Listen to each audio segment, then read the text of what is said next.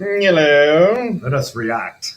Yes, we're going to teach you about some reaction symbols and notations and types of chemical reactions in this lecture. 4 of them. So you will be able to classify reactions as either synthesis, decomposition, single or double replacement, and understand said chemical notation involved. Because what a chemical equation is, and I think this is one of the first times we're really going to see them, is it's a recipe, and you have to understand all the individual parts actually mean something. If you don't understand these notations, you're going to be like, huh? Everything we've done so far this year is built up to this point, and we will rely on all of it to get us through. So how do we write a chemical reaction? Well, we start with reactants on the left-hand side. Please, can we get this right? Every time. Please. So in this case, we've got 2 hydrogens and 1 oxygen. 2 moles of hydrogen gas and 1 mole of oxygen gas. Those reactants will be on the left. The arrow that we show says this stuff that was reacted reacts to form, makes a chemical reaction with. And we finish the products on the right. So what you're going to see is really just all this without the words. Right.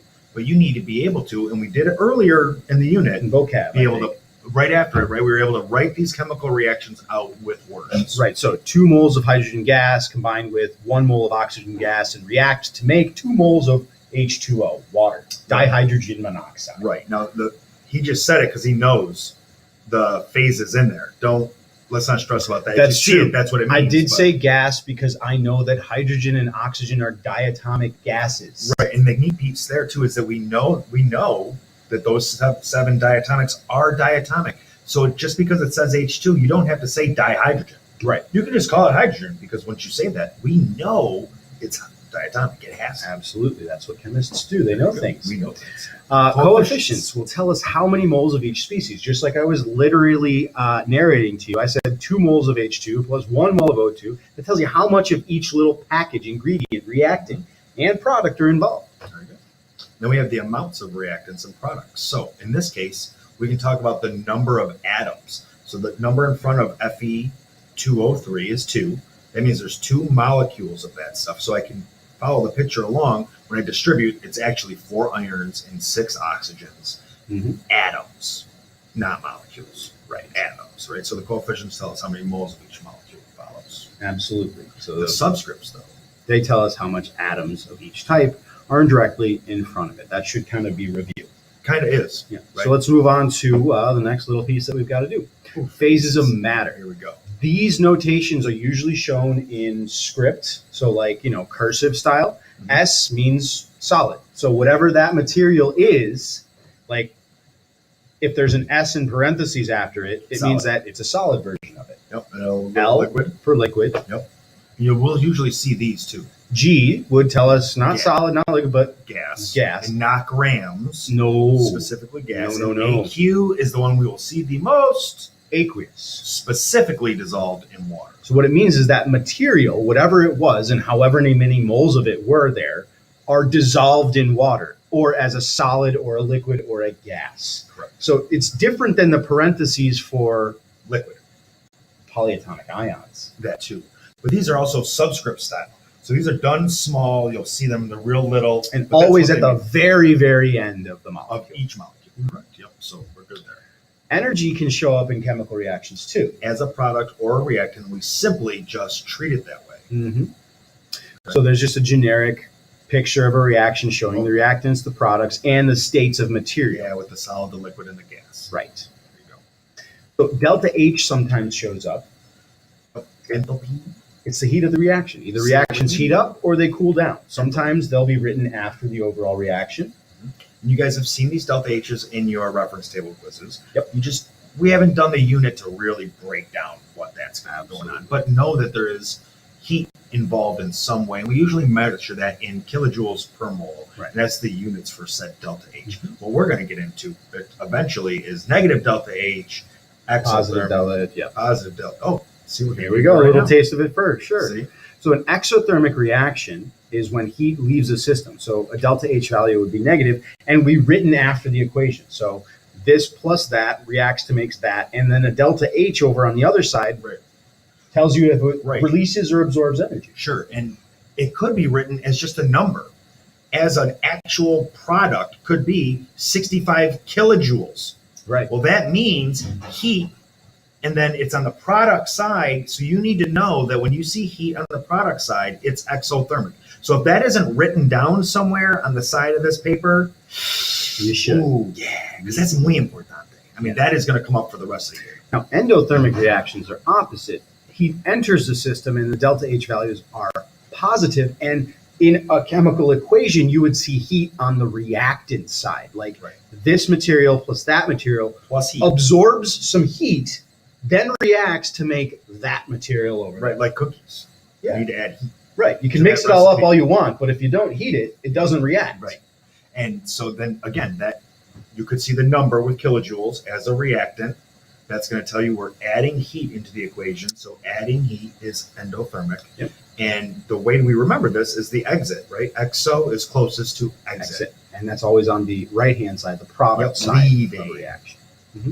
Right. Catalysts can be in reactions too, and usually when a catalyst is there, it'll be written over the arrow. So this example, the sulfur dioxide and the oxygen are reacting if there's a catalyst to produce sulfur trioxide. And the reason we write it over that is by definition, a catalyst is never consumed in the reaction. It will always be there. It's like recycled. So it doesn't turn into anything else. So we write it above the actual arrow because not only do we need it to produce the reaction, it won't actually be a player. It just makes the reaction go. Exactly. So the generic types of chemical reactions, we usually put little codes to track the movement of the elements in a reaction so that we can decide if it's a synthesis, decomposition, single replacement, or double replacement. You want to quote up the first one, and then we'll just kind of get going fast through the rest. So the generic equation here is A plus B becomes AB. And in this case, we give each species the code, right? So if we see the first species there, we call it A, we call the second species B, and then it becomes AB. And if you notice, that becomes what we showed you as the generic. By coding, it's exactly the same thing. Okay? I got two things that come together to form one. Definition, synthesis. Yep. Cool. What else we got? Decomposition's the opposite. I got one thing that reacts to form two.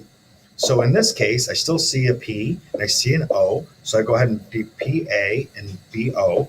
And I see that BAB, they're together. So I just write them together. Then on the other side, I have the symbol. So I do the A plus the B.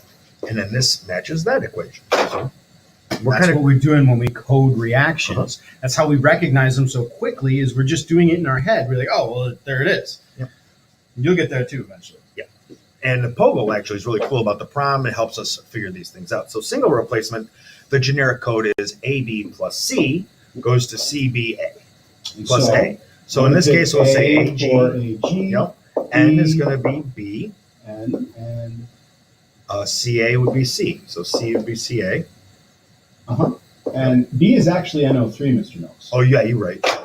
So I'm going to just code it up like that. So I got A, B is NO3, AB plus C becomes making, well, I got C. CB plus A. And you can see that the C and the A switched, and so that is single replacement.